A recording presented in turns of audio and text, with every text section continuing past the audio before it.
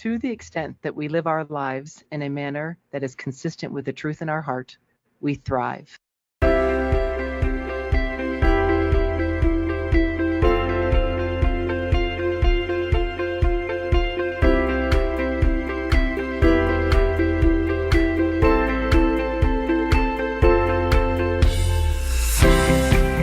Welcome to the Meyer Clinics podcast, and you just heard a quote from one of your hosts, Dr. Lisa Day. Join our licensed clinical professionals from various backgrounds as they discuss fascinating mental health topics with a wide range of guests. Meyer Clinics is a Christian counseling organization with multiple clinics nationwide dedicated to treating the whole person, emotionally, physically, and spiritually. Welcome to our listening family. We thank you for joining us.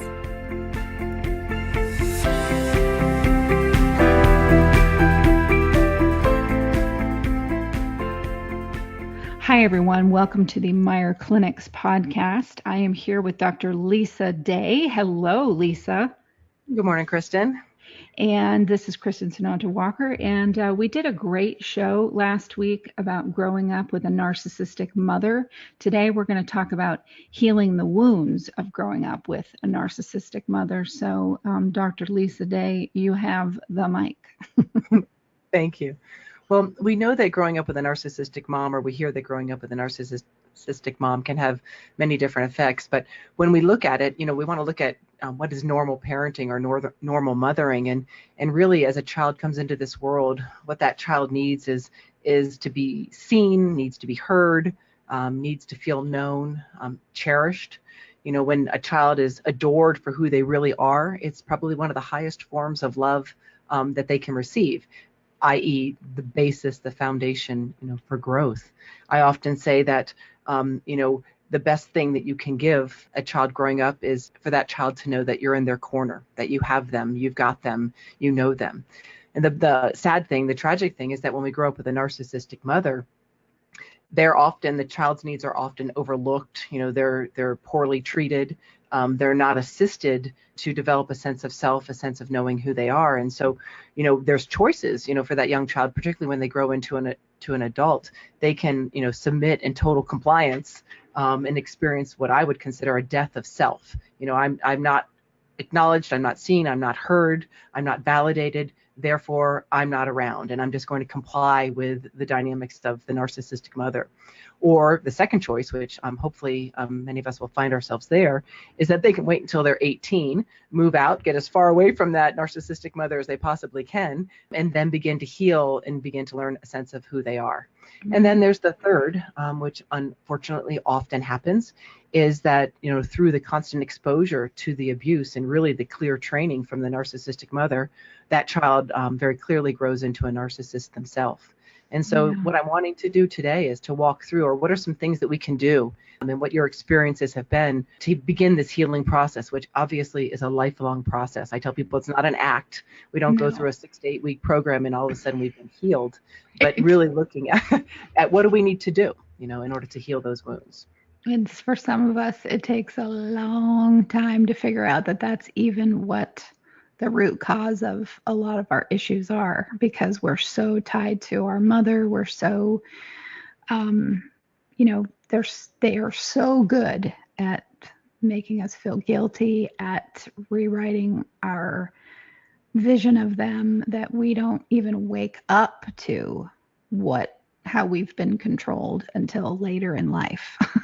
And then we're like, oh my Lord, okay. Well, and as we mentioned in our last show, many children of narcissistic mothers, they spend their entire childhood unnoticed, untreated. They don't find themselves in therapy because that narcissistic mother is not going to allow that to happen. And therefore, they're unassisted by anybody outside the home. And typically, that's why I say, when you're 18 and you can move and get as far away. But for lots of people, I think you mentioned several times, it was 47. That seems to be the classic number. That we realize that, oh my goodness, what I went through not only wasn't okay, but it was flat out abuse. Yes. Emotional abuse, psychological abuse, intellectual financial abuse, yeah. Financial, it can be sexual, it can be physical. And what lots of people don't remember, Kristen, and I think that because oftentimes the narcissistic mother looks so good to society and she has it so together, But research shows us that narcissism is a significant component with domestic violence, and domestic violence that often ends in murder. So it's a Yes, serious issue. It's not, it's not like absolutely. it's a serious issue. Yeah, absolutely it is. It's the fabric of your whole life gets unraveled. I don't know that we'll keep this in the show, Lisa, but I'll just say this because it was funny on another show. Okay. So one thing that I found interesting is, going back and getting to the root cause, who was the original wounder.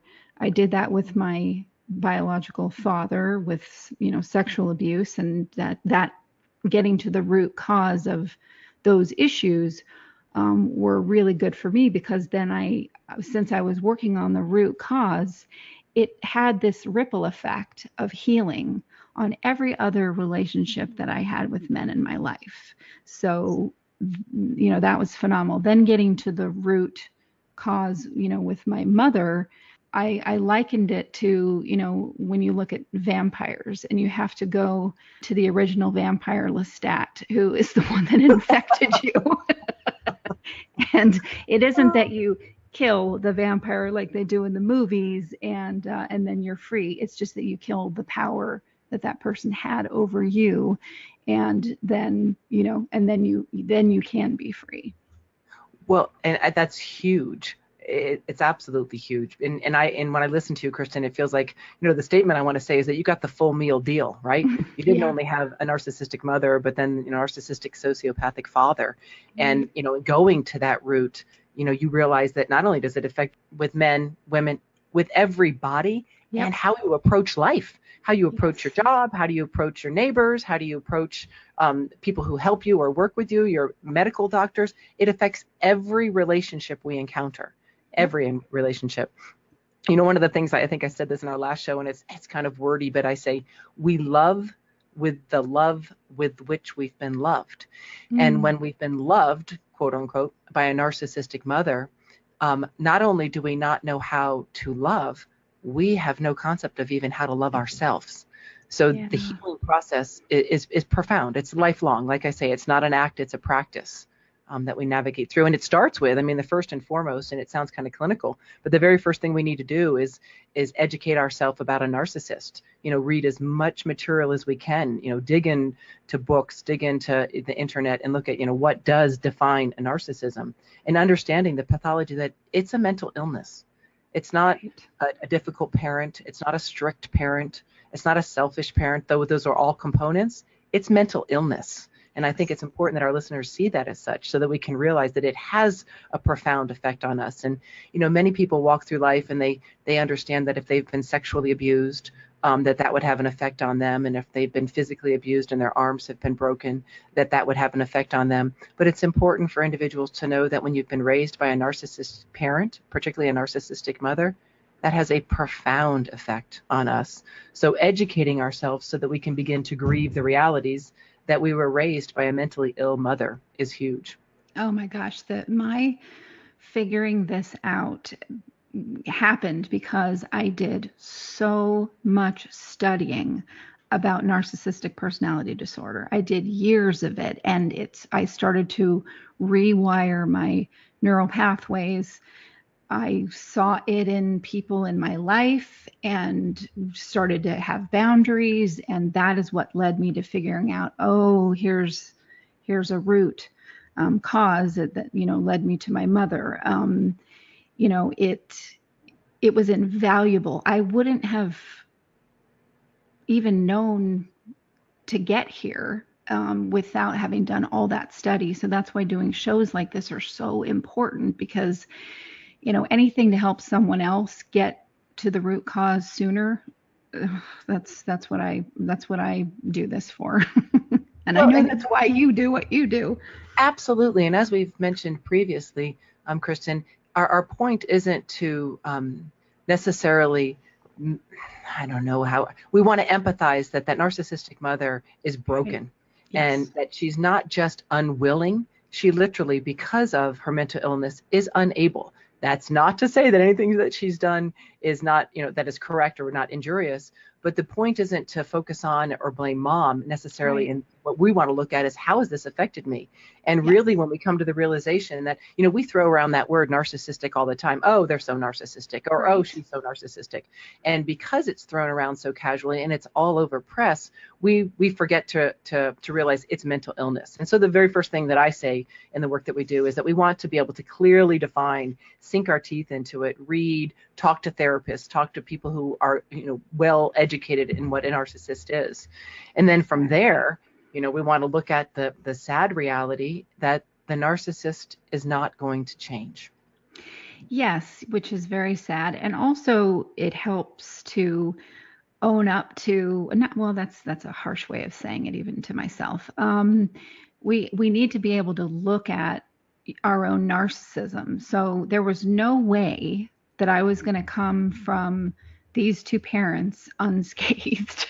So part of my healing journey and, healing these wounds was to look at the ways that I was unhealthy in a narcissistic way. No one has ever diagnosed me with a personality disorder, and I've been around hundreds of psychiatrists and psychologists just from the nature of what I do in the business. And I've also had clinical, psychiatrists and so on that were working with me. So no one's ever diagnosed me as that, but I certainly had those traits, because how wouldn't I? I mean, that's what I learned. And so for me to be able to look at those and work on those and accept them and feel the appropriate shame around them, and then not behave that way anymore, that was a huge part of my own healing too. Well, staying safe. What was there was a song in the 70s. Was it John Hammer, Can't Touch This? That's, you can't get to me. And as survival, it often, we'll say we become thick-skinned, but we become determined not to let that parent hurt us. And we don't, again, it's not a personality disorder at all, but our survival mechanisms absolutely create defense mechanisms that ultimately are going to cause us further problems down the road. But I think that, realizing, when we're looking at a narcissistic parent, sometimes we think, well, if I were taller, shorter, smarter, thinner, fatter, wiser, gotten to this school or that school, then they'll love me. And, a key component in the healing is to have realistic expectations that in all likelihood, they're not going to change. Yeah. And let me give an example of this. Okay. So my mother will not pick up the phone no matter what, to try to heal our rift. And I'm not in communication with her because that's what's healthy for me. Maybe I will be in the future. I don't know. I'm going to do what's healthy for me though. And I'm, actively working with a therapist on this. But my mother is like she has excommunicated from everyone in our entire family. And even when I would bring those people back in, because she would prod me to do it, she would then discard them again, because that's what she does. So she's got nobody left except a grandson and her only daughter, me. She would rather, and it's easier for her because of the shallowness of narcissism, she is perfectly fine with hearing about me through other people and being proud of the work that I do because of how it makes her look, than actually get, and being fine with hearing about me from other people, but not actually picking up the phone to speak with me ever again. And like I said, she's done this to her entire large family. So of course she would do this to me as well. Well, you're meeting her need. You're successful. You're popular. Mm-hmm. You're on the radio, and so she can pull her shoulders back and put her chin up and say, "That's my daughter," And but what you're saying is that you would not ever expect her to be vulnerable and to humble herself to say, "I've done you wrong, and will you please forgive me?" Oftentimes I use this example. I say cows don't fly, and not that I'm calling your mother a cow, Kristen. But I use this visual. I say, I like black and white spotted cows. I think they're cute. Or not spotted, but black and white patch cows. I think they're cute. Right. But I say that expecting your narcissistic parent to change is like going out to the field, looking at this cow and expecting it to fly. It's Right. not going to happen. In fact, Exactly. I had a client once find a pendant that was a cow with wings, and she wears that as a reminder that her mother is not going to fly, that this And woman it is not going to change. and it's painful, you in a day, over the course of a day, since I've got a year now of this realization, the waking up to what really is truth, and a year of away and therapy and all that. um, I can just say, yeah, that's painful. And but the beginning part of the journey of me really pulling away for the last time from her was a death. It was so painful. And I know I talked about that last time, so I won't belabor that point.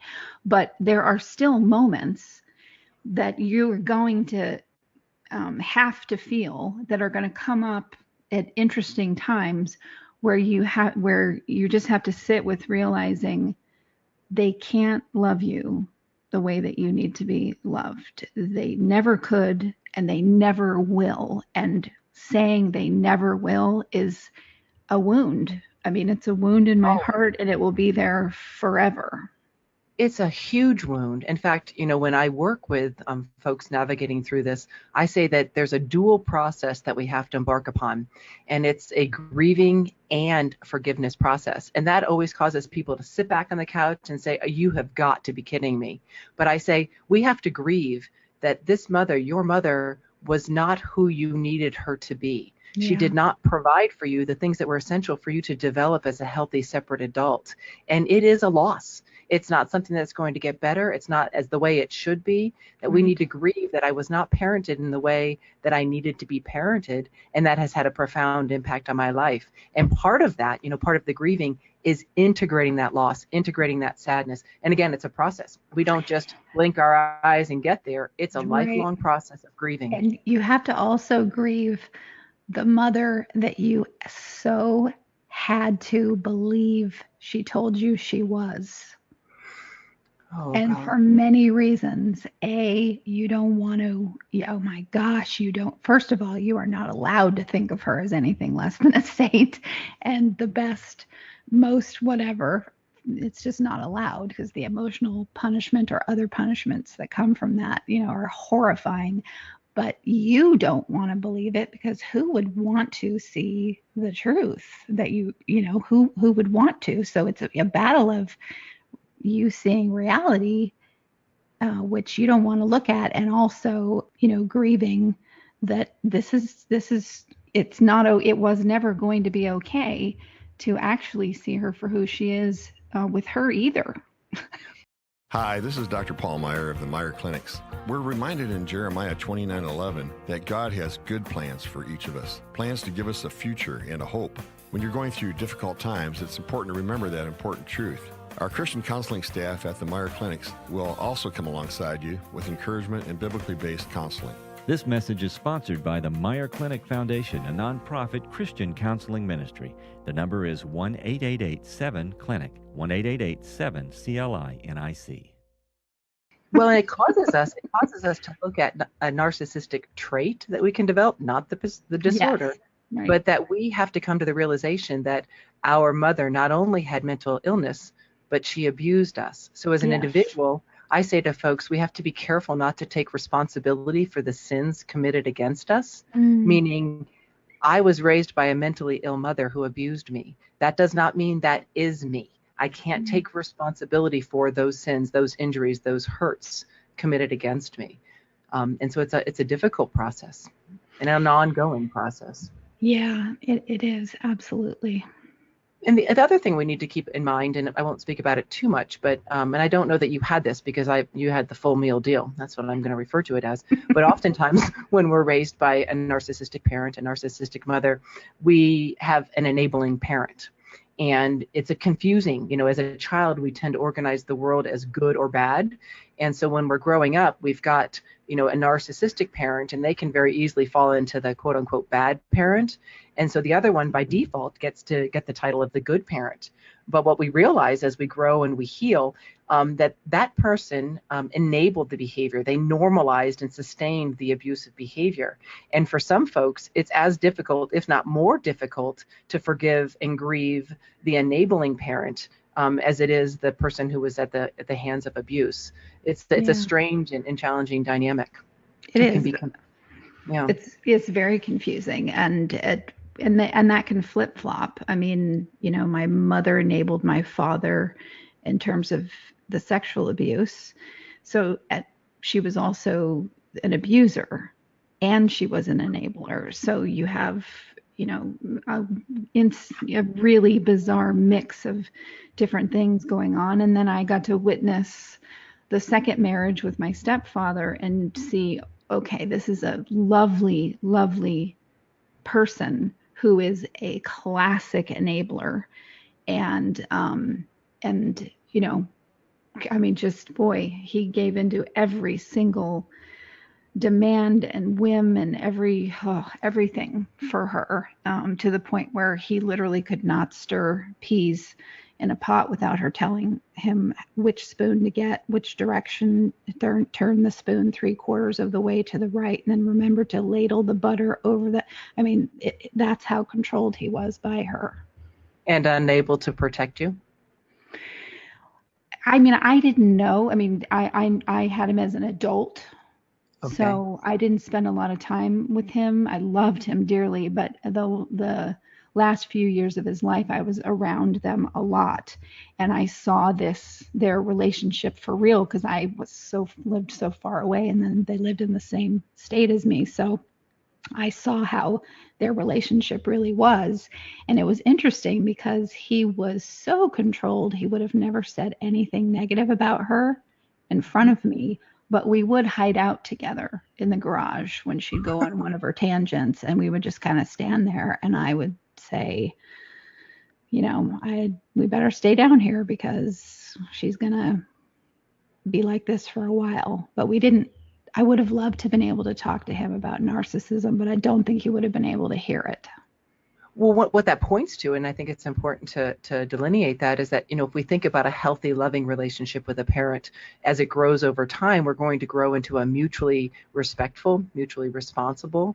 And what I'm hearing you in that example is that clearly with narcissistic parents, it's not mutual respect. It's what I would call a control compliant. It's a control compliant relationship. Absolutely. And your obedience or your compliance is what the narcissist is going to call or experience or convey to you as love.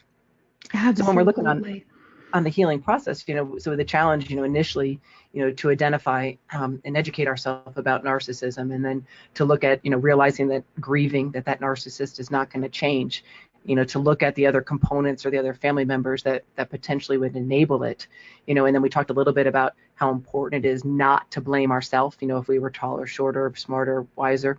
But when we've done those basics, then the meat and potatoes, which I think for many folks is a lifelong process, we have to move into beginning to become aware of and in tune with our own feelings. I mean, we've been systematically trained to ignore our own feelings, to fear our own feelings, to hate them. Yeah. Huge. And to look for an escape from them. So I started realizing, because I absolutely had an eating disorder from a very young age, and I've struggled with it, binge eating off and on my whole life. And I started to notice after, about maybe 6 months ago, going through this really, really intense healing, that I would have something happen that's stressful, and I stopped wanting to go to the fridge or drink that extra glass of wine or whatever it was. And I went, oh, okay, I'm allowing myself to feel my feelings. That's why I'm not running to those other things. Great. It was a good marker of like, oh, I'm healing. Okay, good. Well, you're not internalizing, Yes. the behavior as a result of the narcissist. You're allowing yourself to experience, which it really, you point to another point in the healing process, Kristen, is that we need to stop hurting ourselves. And many people don't realize that eating disorders and substance use and abuse or workaholism or what have you, all of those behaviors can be efforts not to feel the feelings that either one, we're not aware of, don't recognize, or have never been allowed to feel. So, choosing to be aware of those is incredibly challenging again, but very, very important. And, we have to realize too, as a child, our feelings were a direct threat to our narcissistic parent. Absolutely. And that we were not allowed to have them or to have difference. The narcissist experience that is rejection, which is their core fear, that of rejection or abandonment. And so learning how to say, what do I feel about this situation? What do I want to do? Do I like going, to the club, for lunches on Sunday, or do I not want to go to the club? Exactly. How do I feel about being a part of this family? How do I feel about being in a relationship with you? How do I feel about where I want to go to school, or if I want to go to school? So becoming aware of our feelings, is a lifelong process. I teach people in the work that I do, and I certainly practice this on a daily basis to myself. And it's a silly little phrase that I say we can keep it in our back pocket. And I call it feelings, facts, needs. And it's, throughout the day, we want to look at feeling, fact, need. What am I feeling about this particular situation? So not really a fact, but the situation. And then what do I need? So what am I feeling about going skiing tomorrow due to the fact that they're icy conditions? Do I need to pass? When we're raised by a narcissistic parent, we don't think about those very basic things. We never tune out. Absolutely.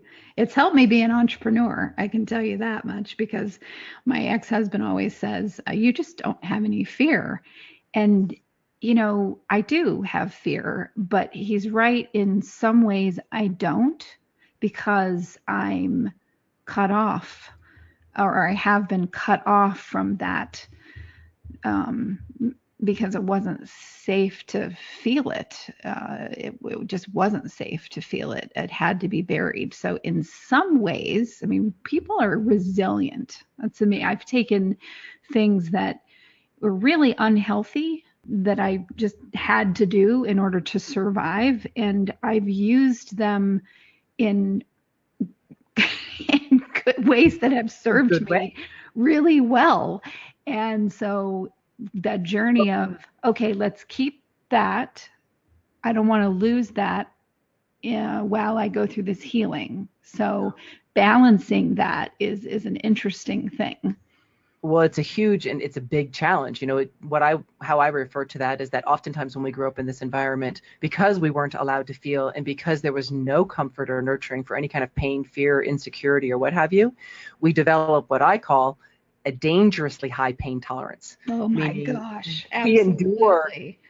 We endure relationship pain or work pain or life stressors, and we call it strength. And so, in that recovery process, we want to hold on to the asset component, which you have definitely mastered, but we want to let go of the liability component where it's actually injuring us. And, so looking at, I've developed a dangerously high pain tolerance. I want to hold on to the strength component, but I want to realize to be able to say, I want to learn to be able to say, ouch, or that's enough, or I need to call it a day, that I don't need to be perfect. I can be okay. So we want to be, definitely aware of that.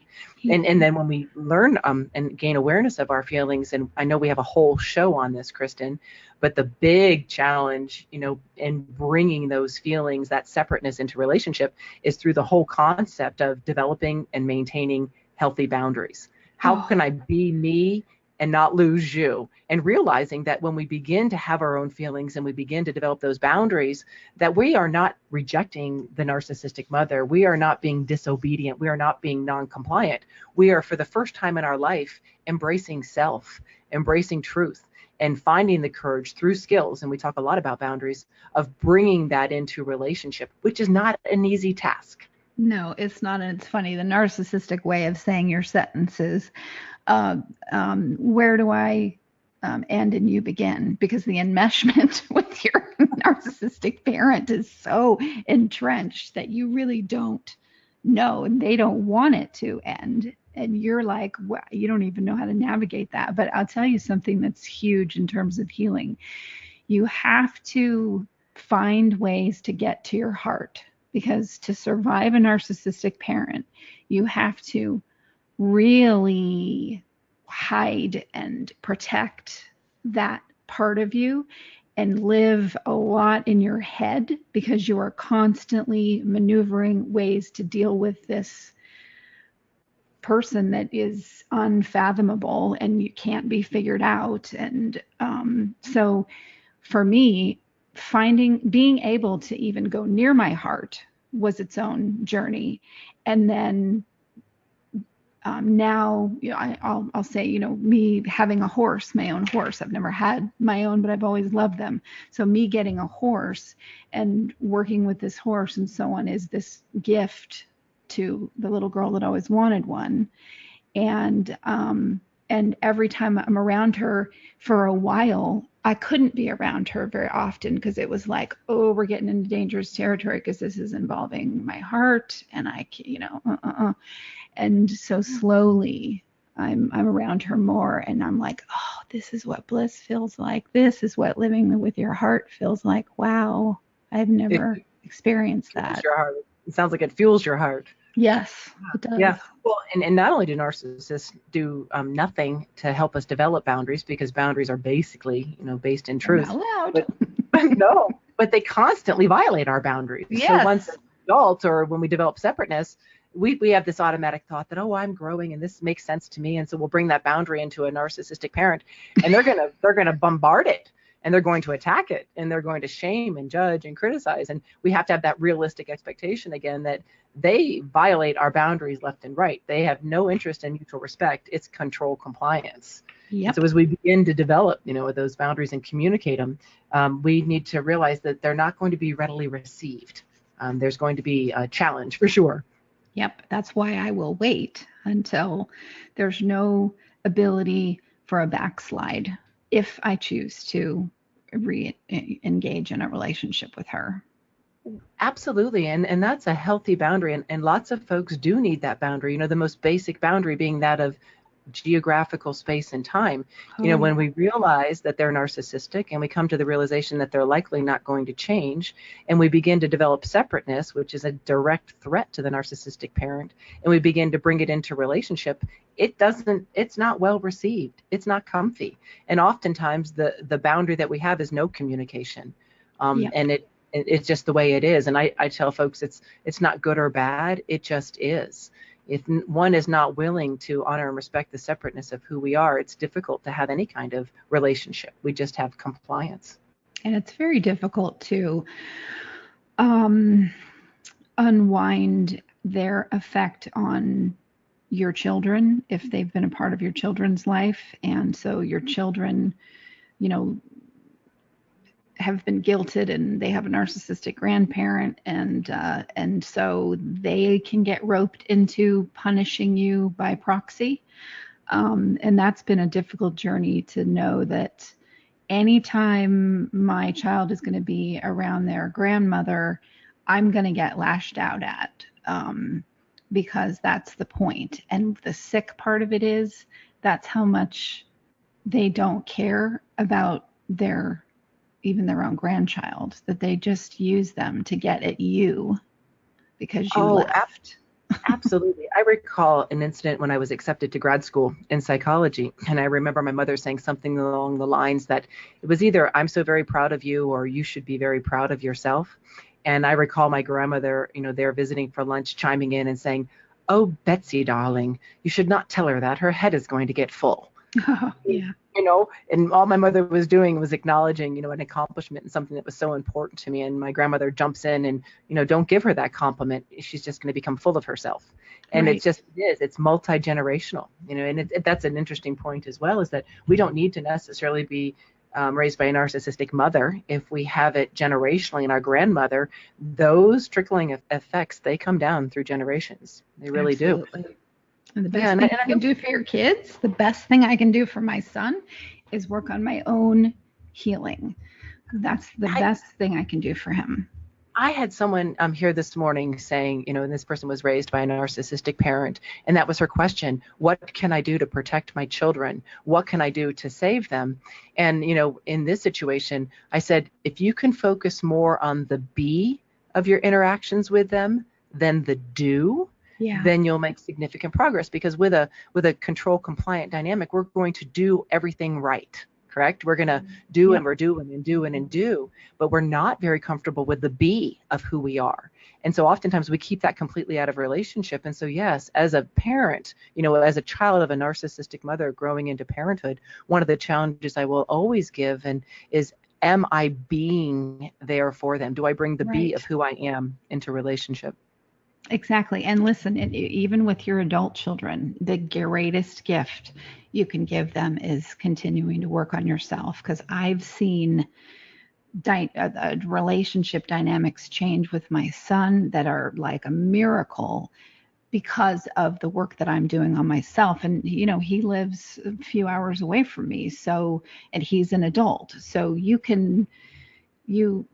just give it time and do your work.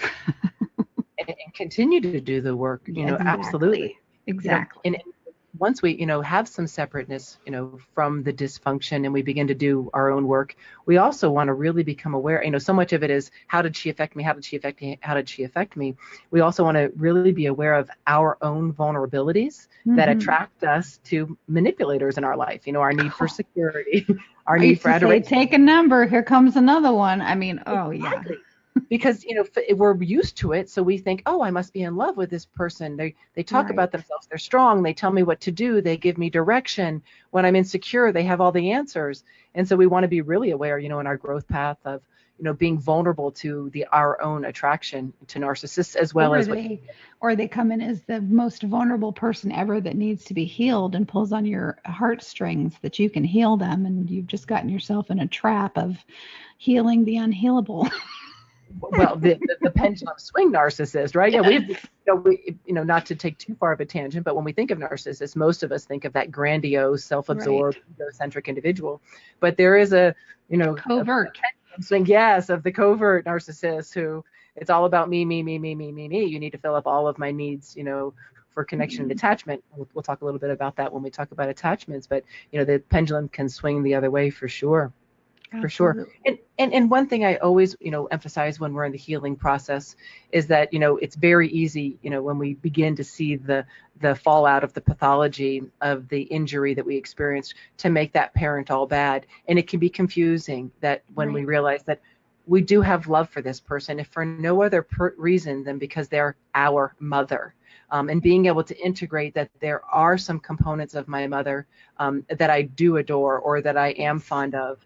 And that it is okay to love and choose not to be in relationship with somebody because their behaviors, are incompatible. But, giving ourselves that freedom that, we do have feelings and oftentimes can have positive feelings towards our narcissistic parent. We've been trained. We've been pulled in. Absolutely. And I think you do have to go through that period where you're so angry and nothing about them is good. And it's okay to go through that. And then you will come out the other side where you're like, okay, yeah, I saw a movie and that would have been a movie that my mom and I really would have enjoyed, and not feel and be okay feeling that.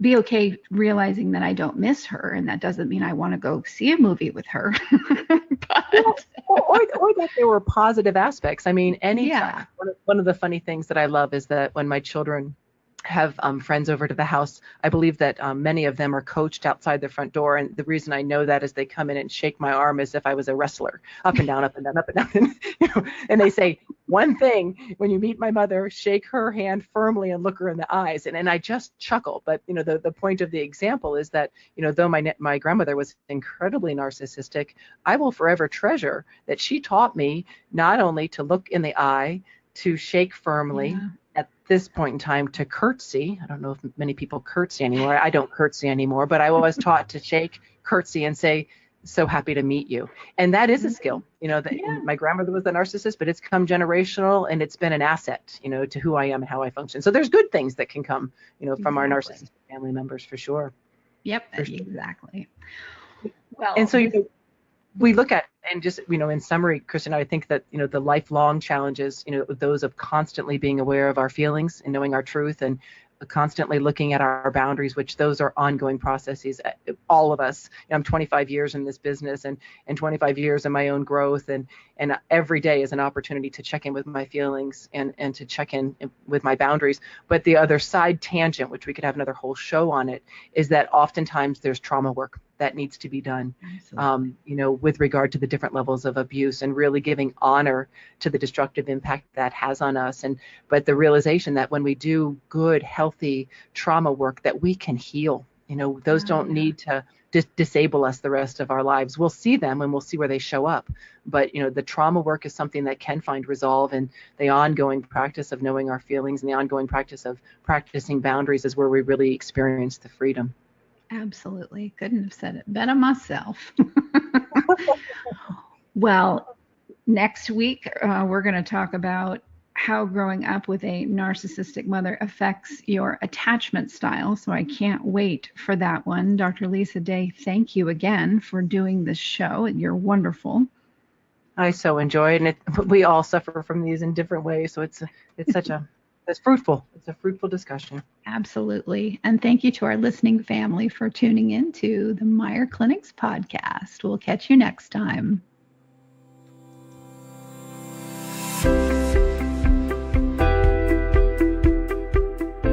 We hope you enjoyed this podcast. Tune in next time for another engaging discussion on relevant mental health topics.